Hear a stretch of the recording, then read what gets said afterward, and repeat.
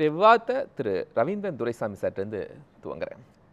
தமிழ்நாட்டில் மட்டும் வெற்றி பெற முடியாதால் அமித்ஷாவுக்கு நம் மீது எரிச்சல் அப்படிங்கிற முதலமைச்சருடைய ஸ்டேட்மெண்ட்டும், தமிழக பாஜக தேர்தல் பொறுப்பாளராக பியூஷ் கோயல் அறிவிப்பு, தீவிரமாக தேர்தல் பிரச்சாரத்தை முடக்கி விட்டுருக்கிறாரு அமித்ஷா, ரெண்டையும் எப்படி பார்க்குறீங்க?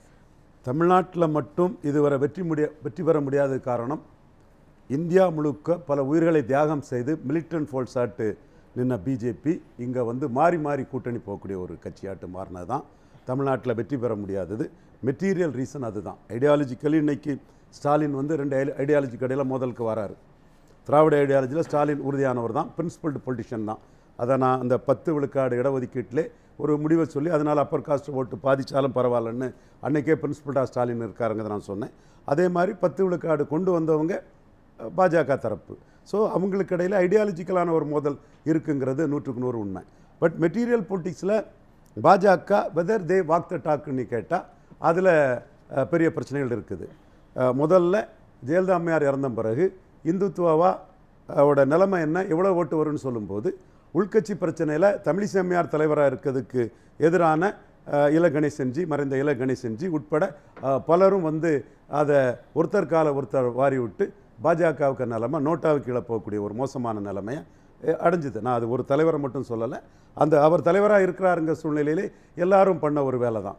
அந்த இடத்துக்குள்ளே தமிழ் தேசிய கருத்தியல் 1.1 இருந்தவங்க பிஜேபியோட 3ல் 1 இருந்தவங்க அந்த இடத்துக்குள்ளே ஒரு உயர்வை பெறுறாங்க. ஸோ பாஜக வாக் த டாக்ங்கிற அடிப்படையில் பெரிய பூதகரமாக சொன்னாலும் அதை நடைமுறைப்படுத்துகிறல அவங்க உள்கட்சி மோதலில் கோஷ்டி மோதலில் தோல்வியடைகிறாங்க.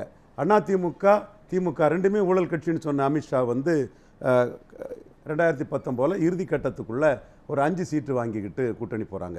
இதில் எடப்பாடி பழனிசாமி டம்மி ஒன்றுமில்லை, அவர் கைப்பாவங்கிறதெல்லாம் அவர் முறியடித்து ஜெயலலிதாவோட ரஃப் அண்ட் டஃப்பான தலைவராட்டு 7 சீட்டு ஜெயலலிதா பாஜகவுக்கு கொடுத்த இடத்துல இவர் 5 சீட்டுக்குள்ளே நிறுத்தி பாஜகவை கண்டெயின் பண்ணுறாரு. அடுத்து 2021 வருது. 21லையும் இவங்க எங்களுக்கும் திமுகவுக்கும் போட்டியெல்லாம் டால் டாக்ஸ் எல்லாம் எல்முருகன்லாம் போன்றவங்கெல்லாம் சொன்ன பிறகும் பாமகவே 23 வாங்கிட்டு போகிறாங்க. பாமகவுக்கு மேலே உங்களுக்கு கொடுத்தா அவங்க ஓட்டு வராதுன்னு 20க்குள்ளே கண்டெயின் பண்ணுறாரு. இன்னொன்று 2019 நான் விடுபட்ட ஒரு தகவல், இபிஎஸும் ஓபிஎஸும் தைலாபுரத்துக்கு போய் டாக்டர் ஐயா பார்த்து 7+1 கொடுக்குறாங்க, பிஜேபி 5க்குள்ளே கண்டெயின் பண்ணுறாங்க. ஸோ இதுதான் நடைமுறை யதார்த்தமாக இருக்குது. இந்த இடத்துக்குள்ள பாஜகவில் சாதித்த ஒரே ஆள் அண்ணாமலை.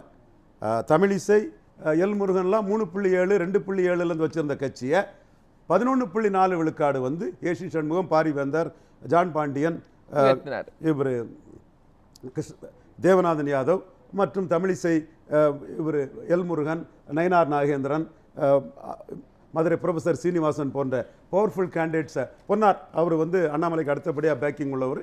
பாஜகவிலே அண்ணாமலை வர்றதுக்குள்ள முன்னாடி பேக்கிங்காக இருந்தவர் நம்ம பொன்னார் தான். இது மக்களவை தேர்தலுக்கு சரி சார். ஆனால் இயல்பாகவே சட்டமன்ற தேர்தல்னா திமுக வெர்சஸ் அதிமுக அப்படிங்கிற ஒரு போட்டி தான் நிலை. சரி, நான் இதை தான் கேட்குறேன்.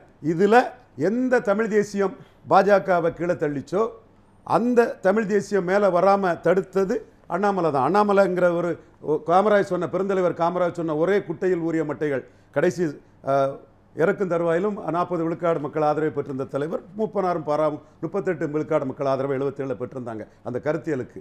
அதை சொல்லி அண்ணாமலை தான் சீமானை கண்டெயின் பண்ணார். அல்லது சீமானை கண்டெயின் பண்ணியிருக்க முடியாது பாஜக.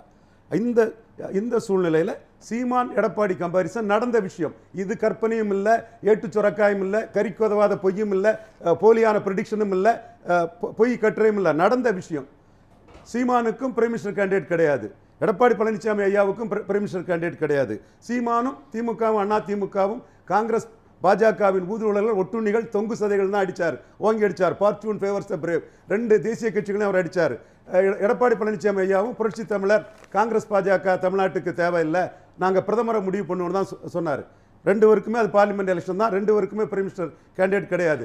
ஜெயலலிதா அம்மையார் உயிரோடு இருக்க போது நோட்டா கீழே போன நாம் தமிழர் விளவங்கோட்டில் நலிந்த பிரிவு மக்கள், நான் பெனிஃபிஷரி காஸ்ட், முக்குவர், பறையர், ஆசாரி போன்ற சமூகங்கள் ஆதரவு அதிமுக எடுத்து அதிமுக 4வது தள்ளி இருக்குது. கன்னியாகுமரியில் இதே மக்கள் ஆதரவு எடுத்து 4வது தள்ளி இருக்குது. தென் புதுச்சேரியில் மக்கள் தலைவர் எம்ஜிஆர் ஆட்சிக்கு வந்த புதுச்சேரியில் நாம் தமிழர் 4வது தள்ளி இருக்குது. தென் மாவட்டத்தில் 7 மக்களவைத் தொகுதியில் போட்டியிட்ட அதிமுகவை 10 மக்களவை தொகுதியில் கூட்டணி நின்று போட்டிட்டு 30,000 வாக்கு கூடுதல் பெற்று நாம் தமிழர் கீழே தள்ளி இருக்குது. அப்போ பிரைம் மினிஸ்டர் கேண்டிடேட்டுங்கிறதும் இது பார்லிமெண்ட் அது அசம்பிளிங்கிறதும் நியாயமான வாதமாக இருக்காது. காரணம் ஓபிஎஸ் இபிஎஸ் இரட்டை தலைமையாக இருக்கும்போது அது பொதுத்தள கட்சியாக இருந்தது. 50% வெள்ளாள கவுண்டர் 50% முக்குலத்தோர்னு சொல்லும்போது 50-50 போது பொதுமக்கள் பார்வையில் இது பொதுத்தள கட்சிங்கிற ஒரு பார்வை இருந்தது. ஓபிஎஸ்ஸை நீக்கினதுனால அவர் 1 விழுக்காடு எடுத்திருக்கலாம். ஆனால் 13 விழுக்காடு வாக்குகள் அதிமுக இழந்திருக்கு. இதை நீங்க இருட்ட கொண்டு ஓட்டை அடிக்கிற மாதிரி நுண்டி குதிரைக்கு சறுக்குன சாக்குங்கிற மாதிரி ஆட தெரியாதவங்க மேட கோணல் சொன்னது மாதிரி பார்லிமெண்ட் அசம்பிளிங்கிற கம்பேரிசன் இது பொருந்தாது. இப்போ இங்க அசம்பிளி எலெக்ஷனுக்கு ஒரு சோசியல் இன்ஜினியரிங்கை பாஜக கட்டமைத்தாங்கன்னா அதுக்கு நேரெதிராக வலிமையான சோசியல் இன்ஜினியரிங்கை திமுகவும் கட்டமைக்கும்ல, அந்த பலம் இருக்குல்ல. இப்போ திமுக பலமா இருக்காங்கிறதுல ஒன்றும் மேட்டரே இல்லை. 45 விழுக்காடு வாக்கு 3 முறை அவங்க தாண்டி போயிருக்கிறாங்க. அதுவும் தோத்த கட்சிகள், டெபாசிட் இழந்த கட்சிகள், பலகீனமான கட்சிகள் ஒரு காம்பினேஷன் கெமிஸ்ட்ரியில் ஒற்றுமையாக இருந்து 33 விழுக்காடு பலம் கொண்டவங்க 53 விழுக்காடு, 45 விழுக்காடு, 47 விழுக்காடுன்னு அவங்க 45 விழுக்காடு ஓட்டுக்கு மேலே பலமாக இருக்காங்கங்கிறது மாறுபட்ட கருத்துக்கே இடமில்லை. அது உண்மையான டேட்டா தான். இப்போ பாஜக அதிமுகவுக்குள்ள தொகுதி பங்கீடு எப்படி? அண்ணாமலை ஒரு ஹீரோவா 18 விழுக்காடு வாக்களை எடுத்து காட்டினார். அதில் யார் இருந்தாலும் ஹீரோ அண்ணாமலை தான். 1971 இந்திரா காந்தி அம்மையார் பிரதமர் எடுத்த வாக்கில் முத்தமிழறிஞர் கலைஞரும் மக்கள் தலைவர் எம்ஜிஆர் தான் 2 ஹீரோஸ். முத்தமிழறிஞர் கலைஞர் 24.8 விழுக்காடு எடுத்தார். மக்கள் தலைவர் எம்ஜிஆர் 30.3 விழுக்காடு எடுத்தாங்க. அதே மாதிரி இன்னைக்கு இந்த 18 விழுக்காடு வாக்குக்கு ஒரு ஹீரோ அண்ணாமலை தான். அவர் தான் பாஜக தாமரையில் எடுத்த 11.4 விழுக்காட்டுக்கு 2 ரெட்டலைக்கு ஒரு தாமரை எதிர்பார்க்கிறார். இப்போ இதுல நான் எடப்பாடியை குறைச்சி மதிப்பிடல. மணிக்கே தெரியும் எடப்பாடி எவ்வளவுக்குள்ள டஃப் ஆர்கெனருங்கிறத பலமுறை பல வாதங்கள்ல நான் சொல்லியிருக்கேங்கிறது உண்மை. பட் இந்த டஃப் ஆர்கெனர்கிட்ட அண்ணாமலையும் அர்ஜுன் ராம் மேக்வாலும் பியூஷ் கோயலும் எப்படி பலத்துக்குரிய சீட்டை வாங்க போறாங்கிறதான். இந்த 50 சீட்டுக்கு மேல இபிஎஸ் இருந்து பாஜக வாங்கிடுவாங்களா? வாங்கினால் அவங்களுடைய காம்பினேஷன் எப்படி இருக்கும்? குறிப்பா பல இடங்களில் அசெட் பண்ண எடப்பாடி பழனிசாமி நிதிஷ்குமார் மாதிரி மோடி சீமான சிஎம் கேண்டிடேட்டா சொல்லதுக்கு வாய்ப்பு உண்டு. 18 ப்ரொஜெக்ட் பண்ணா 26, இவர் ஒரு 20ல் இருக்கக்கூடிய ஒரு 150 இடங்களில் 3வது போய் டெபாசிட் இழந்தார். கருத்தை தமிழ் மல்ல நான் சொன்னேன். காரணம் மற்றவங்க என்ன லைட்டாக எடுத்துக்கலாம், அது பல காரணங்கள் இருக்கலாம். டிஎஸ்எஸ் மணிக்கே தெரியும். எடப்பாடி எடுக்கலாத. இப்போ சசிகலா விஷயத்தில் எல்லாரும் சொல்ல போது சாக்கடை ஜலம்னாலும் வீடு தீப்பற்றி எரிக்கும் போது கொண்டு அணைக்கணும்னு சொல்லும்போது இல்லை சசிகலா மோடி எந்த காலமும் ஏற்றுக்கிட மாட்டாருன்னு சொல்லி இவன் கருத்து ஜெயித்துங்கன்னு சொல்லும்போது இதுவும் ஜெயித்துருமோ? அண்ணாமலையும் அதற்கு தக்கன வார்த்தைகளை சொல்லும்போது 18 ப்ரொஜெக்ட் பண்ணால் 26 அர்த்மேட்டிக்கலி கூட கெமிஸ்ட்ரி எப்படி இருந்துட்டு போட்டு நடந்ததுன்னா ஸோ அதில் சான்ஸ் எடுக்க முடியாதுன்னு உள்ள வந்தவர் தான் எடப்பாடி பழனிசாமி. அதனால தான் இப்போ அண்ணாமலைக்கு அவங்க முக்கியத்துவம் கொடுத்து திருப்பரங்குன்றம் இந்துத்துவ இஷ்யூவை கையில் எடுத்து ப்ரெஸ் மீட் அண்ணாமலையை கொடுக்க வச்சு இரட்டை குழல் துப்பாக்கிய அண்ணாமலையும் நயனா நாயந்திரனும் பலத்துக்குரிய சீட்டை வாங்கிடணும்னு நினைக்கிறாங்க. இதுவரை எடப்பாடி கிட்ட பலத்துக்குரிய சீட்டை பாஜக வாங்கலை. Take it or leave it offer தான் கொடுத்தாரு. இப்போ ஏற்கனவே நான் முதல்ல பேசும்போதே அது தெளிவாக சொன்னேன். அதனால அண்ணாமலை வந்த பிறகு 6 சீட்டு தான் தர முடியும்னு ஐயா எடப்பாடி பழனிசாமி சொன்னாரு. 12 சீட்டு அண்ணாமலை கேட்டாரு. கூட்டணி உடைஞ்சது. நான் ஒரு குழப்பம் குறித்து உங்கள்கிட்ட கேட்டேன் சார். ஒரு பக்கம் இபிஎஸ் தலைமையில தான் கூட்டணி நயனா நாகேந்திரன் சொல்றாரு. இன்னொரு பக்கம் அண்ணாமலை டிடிவி தினகரன் பேசுறாங்க, ஓபிஎஸ் பேசுறாங்க, டெல்லிக்கு போறாங்க. இந்த குழப்பத்தோட எப்படி ஒரு வியூகத்தை அமைச்சிட முடியும்? குழப்பங்கள் இருக்குங்கிறது உண்மைதான். எங்க success has so many fathers, failure is always an orphan தான். இப்போ நான் கூட இன்னைக்கு கூட ஒரு வழக்கை சந்திச்சு தான் வந்தேன். தோல்வி காரணம் சிவி சண்முகம் எடப்பாடி பழனிசாமிக்கு நம்பர் 2 கமாண்டன்ட் சொல்கிறாரு. மோடி பிஜேபியால் மத முரண்பாடு அதனால் நாங்கள் தோத்துட்டோன்னாரு. நான் சொன்னேன் நீங்கள் 2 ஜாதி கட்சி ஆகிட்டீங்க, ஜாதி முரண்பாடு வந்துட்டு நீங்கள் ஜெயலலிதா அம்மையார் காஸ்ட் நியூட்ரல் பிராமின் அவங்க உயிரோடு இருக்கும்போது 1 விழுக்காடு எடுத்த கட்சியெல்லாம் 8 விழுக்காடு வந்துட்டாங்கன்னா அவங்க 2 ஜாதி ஆதிக்கத்தை ஏற்றுக்கிடாத கட்சிகள் தான் அவங்க மற்ற கட்சிகளுக்கு போகிறாங்கன்னு சொன்னேன். அதுக்கான வழக்கை சந்திச்சுட்டு இருக்கிற அது வேறு விஷயம். பட் எடப்பாடி பழனிசாமி 20 விழுக்காடா போனது பார்லிமெண்ட் அசம்பிளிங்கிற அந்த சாக்கு சொல்ல முடியாது. அப்படின்னா விளவங்கோடு இடைத்தேர்தல் ஏன் 4வது போனீங்க? இதே நீங்கள் 2019 இடைத்தேர்தல்களில் போதுமான இடங்களை வெற்றி பெற்று ஆட்சியை காப்பாற்றினீங்க. இதே மக்கள் தலைவர் எம்ஜிஆர் பார்லிமெண்ட்டில் தோக்கும் போது ராஜாராம் ரெட்டேலையில் வெற்றி பெற்றார்.